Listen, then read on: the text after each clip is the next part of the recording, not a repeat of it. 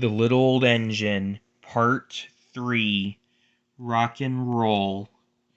When Skarloey's turn came, he was glad to take out the coaches and meet old friends. He met Rusty up the line. "You know," he said, "if I couldn't see the old places, I'd think I was on a different railway."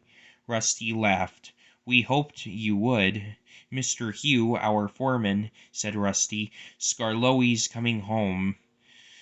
Let's mend the track so well that he won't know where he is." And we did, and you didn't, if you take my meaning. Skarloey chuckled away. He liked this hard-working, friendly little Diesel. There's still one bad bit," said Rusty anxiously that evening. "It's just before the first station. We hadn't time." "Never mind," said Skarloey. "It's much better now than it was." "Maybe better, but it's not good," replied Rusty. "An engine might come off there. Peter, Sam, and Sir Handel take care, and so do you. But I'm worried about Duncan. He will do rock and roll. I shouldn't like his passengers hurt." "What's that about me? I'm a plain engine, and believe in plain speaking. Speak up, and stop whispering in corners." Rusty told Duncan about the bad bit of line and warned him to be careful. "Huh," he grunted. "I know my way about, thank you. I don't need smelly diesels to tell me what to do." Rusty looked hurt. "Never mind," said Skarloey. "You've done your best." He said no more, but he thought a great deal. Next morning Rusty left Duncan to find his own coaches. Duncan snorted and banged about the yard, then clattered crossly to the station. James was there already. "You're late," he snapped. "I know," said Duncan. "It's that smelly Diesel's fault. He thinks he can teach me how to stay on the rails, and then goes off and leaves me to find my own coaches." "You poor engine," sympathized James. "I know all about Diesels. One crept into our yard and ordered us about. I soon sent him packing."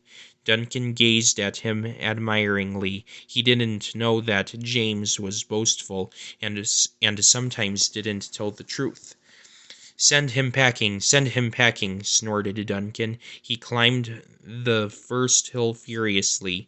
"Well done, boy. Keep it up," encouraged his driver.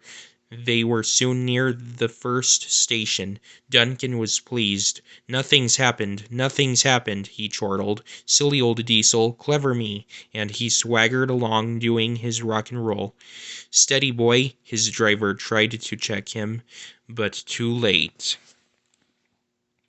There was a tearing, cracking, crunching sound, and Duncan stopped bumpily. "Sleepers and ballast," he exclaimed. "I'm off." And he was. "I warned him," said Rusty crossly. "Duncan," I said, "you be careful on that bit of line." But all he did was call me names. Mr. Hugh kept turning Rusty's handle. "Come on," he urged. "Start up." "No, Mr. Hugh, sir. I'm sorry to disoblige, but I won't help that, Duncan." "I'm ashamed of you, Rusty," said Skarloey severely. "Think of the passengers. What are they going to do?" "Oh," said Rusty, "I'd forgotten them. I'm sorry, Mr. Hugh, sir.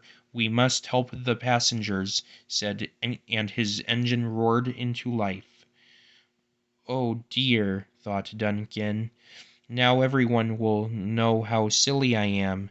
Presently Mr. Hugh and Rusty brought sleepers and old rails. Mr. Hugh showed the passengers how to use them, and they soon levered Duncan back to the line. Duncan was extra careful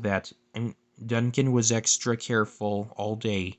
"Rusty," he whispered that night, "thank you for helping. I'm sorry I was rude." "That's all right. I wish all Diesels were like you. Let's be friends." "Suits me," smiled Rusty. "We'll mend that bad bit first thing tomorrow."